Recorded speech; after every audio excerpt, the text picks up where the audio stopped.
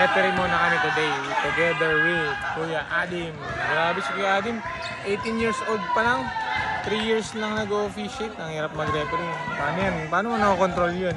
Kasi 18 years old ka pa lang. Tapos Ano naman po yun, nasa schooling rin. Tsaka ginagabayan rin po nung father ko. Siya po talaga yung referee talaga namin. okay, 18 years old. Parang lahat yata ng mura, naabot mo na. Ako po, Hindi pa naman. lakas lang ng loob talaga. Talaga, tibay ng dibno. So, saludo ko sa mga referee talaga. Kasi, magte-training si coach ngayon. Magre-referee ako sa 13 under. Ayoko rin talaga mag-referee. Lang, minsan, di ba? Ito yung magagawa mo para, kumbaga, gumanda yung ibang game.